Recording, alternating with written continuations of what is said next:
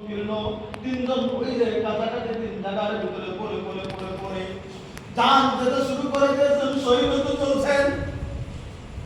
ওই দিক নেমে নামে জাহাল পানির জন্য, এক ফোঁটা পানির জন্য মরণের সময় কাতরাতে শুরু করে দিয়েছেন। পানি পানি বলে চিৎকার, পানি এক ফোঁটা পানি লাগে টানতে হতে চলছেন, পানি বলে যখন চিৎকার করে দেন।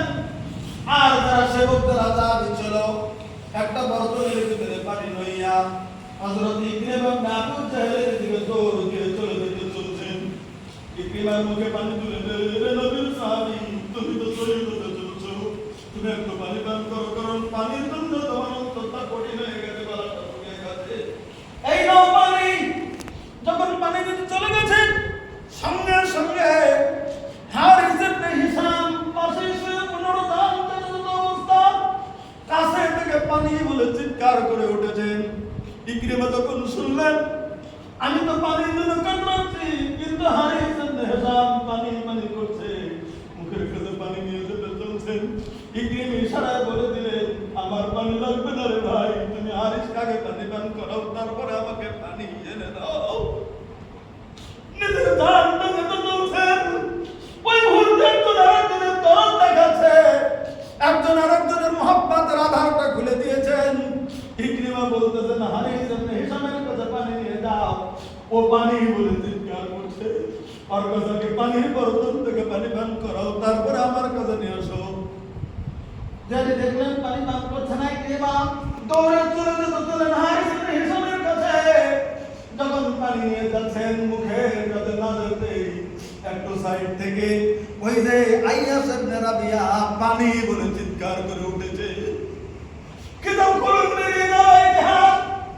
যখন আইয়াস ইবনে রাবিয়া যখন পানির কথা বলেছেন, ওই যে হারিস ইবনে হিশাম বলে দিতেছেন, ভাই রে আমার জন্য তো তুই পানি নিয়ে আসছিস, কিন্তু না, ওই জায়গায় আইয়াস পানি পানি করছে, ওর কাছে নিয়ে যা, আমাকে পানি পান করা, তারপরে আমার কাছে তুই পানি টেনে আমি পান করে দেবো।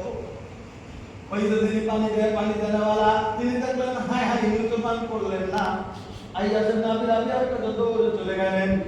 কিন্তু নির্মম এমন একটা ইতিহাস ঘটে গেল, হযরত আইয়াসের কাছে পানি নিয়ে ইনি পৌঁছতে, আইয়াসের কাছে পানি নিয়ে মুখের কাছে যেতেই আল্লাহ হুকুম করেছেন, মালাকুল মউত তার জানটা জমিনের ভিতরে থেকে বের করে নিয়ে যায়। আইয়াস ইবনে আবি রাবিয়া পানি পান করতে পারলেন না, হাতের কাছে পানি হাতের উপরে রয়ে গেল। উনি মনে মনে ভাবলেন ইনি ইন্তেকাল হয়ে গেল, পানি পান করতে পারলেন না, আমি হারিসের কাছে নিয়ে যাই। দৌড়ে হারিসের কাছে পানি নিয়ে আসছে। হারিসের কাছে এসে দেখেন, হারিসের কাছে পানি নিয়ে আসতে আসতে তিনি পৃথিবীর জমিনের ভিতরে থেকে চলে গেছে, ইন্তেকাল হয়ে গেছে। পানি দেওয়ালা মনে মনে ভাবলেন, হারিস কো পানি দিতে পারলাম না, আমি এবার যাবো ওই যে প্রথম পানি বলে কাছে ছিল, তার কাছে পানিটা নিয়ে যায়। ইকরিমার কাছে আস্তে আস্তে পৃথিবীর জমিনের ভিতরে দেখা ইকরিমার ইন্তেকাল হয়ে গেছে। পানির পাত্রটা তার হাতে রয়ে গেল, তিনজন শহীদ হয়ে গেল। একজনের মুখের ভিতরে এক ফোঁটা পানিও পেল না, কিন্তু তিনজন শহীদ হয়ে যায়। আমার বলার উদ্দেশ্য হলো, আমরা মুসলিম, পৃথিবীর জমিনের ভিতরে আমাদের কথা, আমাদের সহানুভূতিশীল কতটুকু আছে, আর সাহাবা কেরাম সহানুভূতিশীল কতটুকু করেছিলেন।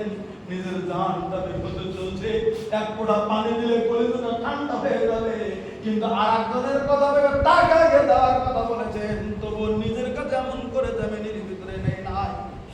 আজকে জমিনের ভিতরে আমাদের লিডার রয়েছে, সমাজের নেতৃস্থানীয় লোক রয়েছে, কোনো কিছু যদি তার কাছে দেওয়া যায় এগুলি আপনি ভাগ করে দেবেন, শুধু চিন্তা করবেন নিজের ভাই ভাতিজা কত আছে দিয়ে ফুরিয়ে দেওয়ার মতো।